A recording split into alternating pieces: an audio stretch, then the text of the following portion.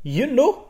For today's ganap nga pupunta tayo ng Saitama. At iiwanan natin ngayon ang Fukuoka. At ang travel natin ngayon, lilipad tayo mula south hanggang north. 2 days bago yung flight natin na yun na nakapagpabook na tayo ng ticket. Mula Fukuoka Airport hanggang Narita Airport. Oops, teka lang. Bago nga pala tayo mulis, syempre kailangan kunin muna natin cellphone. At syempre, binisita tayo muna ng ating tropa. At since malapit lang naman tayo sa station, sumakay tayo ng subway, papunta tayo ng airport. Share ko nga lang sa video na to at pasalamatan ko na rin yung mga Japanese na tinanungan ko kasi hanggang sa pupuntahan ko is sinamahan talaga nila ako. Itong dalawang magkaibigan na Japanese, ayan, yung naka-face mask, yan yung tinanungan ko. At grabe, hanggang sa may check-in, sinamahan talaga nila ako. At dito sa service desk kami nagkahiwalay kasi may mga pupuntahan din sila. Hindi ko na natanong yung pangalan pero salamat sa inyo kasi hanggang dito sinamahan nyo ako. At ito na nga pupunta na tayo sa check-in area. At ang dahilan nga pala ng flight na to is lilipat na tayo ng lugar kung saan tayo magtatrabaho. Nagtatrabaho nga pala ako sa isang shipbuilding sa may Fukuoka and ngayon is lilipat na tayo ng trabaho at lilipat na tayo ng skill. Nagkaroon tayo ng chance na ma-interview at praise God kasi nakapasa tayo at yun pupunta tayo doon para magtrabaho as caregiver na ngayon sa Saitama. At habang naghihintay tayo ng flight, isi-share ko sa inyo yung journey ko at bakit ako napunta at bakit ako magtatrabaho as caregiver. Last year lang, year 2023, nag-decide ako na mag-resign sa isang Japanese language school kung saan ako nagtuturo. At ang bala ko talaga noon is mag-aral ng caregiver, mag-review ng caregiver para maipasa yung prometric exam. Pero bago pa dumating yung chance na yun na makapag-review ako, may dumating na opportunity, may dumating na chance na makapagtrabaho sa Japan. Pero bago yun, isi-share ko sa inyo kasi may dumating na company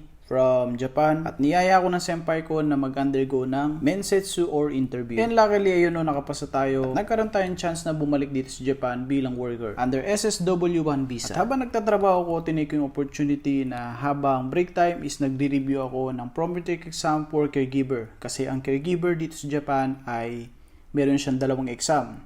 English and Japanese. Hindi ko pinagsabay yung dalawang exam, kaya suggest ko rin sa mga magte-take ng prometric exam na huwag nyo ipagsabay yung exam nyo ng English at Japanese sa prometric exam ng nursing care. Pero kung kaya nyo naman at biniyayaan kayo ng talino, bakit hindi, di ba? October nung nakapasa ako ng Japanese at November naman nung nakapasa ako ng English. At bago ko ituloy itong kwento ko, share ko muna sa inyo na naka-arrive na tayo dito sa may Narita Airport at exit muna tayo sa airplane. 9:10 AM tayo pumasok sa aeroplano at naka-arrive tayo ng 11 AM dito sa may Narita Airport. Share ko lang itong moment na to kasi solo travel tayo. Sinabi lang din sa akin ng kontak ko kung ano yung mga station na bababaan ko pero hindi nabanggit kung ano yung sasakyan ko at saan ako sasakay. Syempre isang Pilipino kailangan madiskarte, di ba? Power natin at kasama natin si Magta. Short for Magtanong. At nandito na tayo sa may baggage claim kung saan kukunin na natin at pwede na tayo maka-exit pagkatapos natin makuha tong ating baggage. Alam nyo na, syempre probinsyano at di naman ako mahilig sa travel at hindi naman din ako madalas na nagta-travel kaya syempre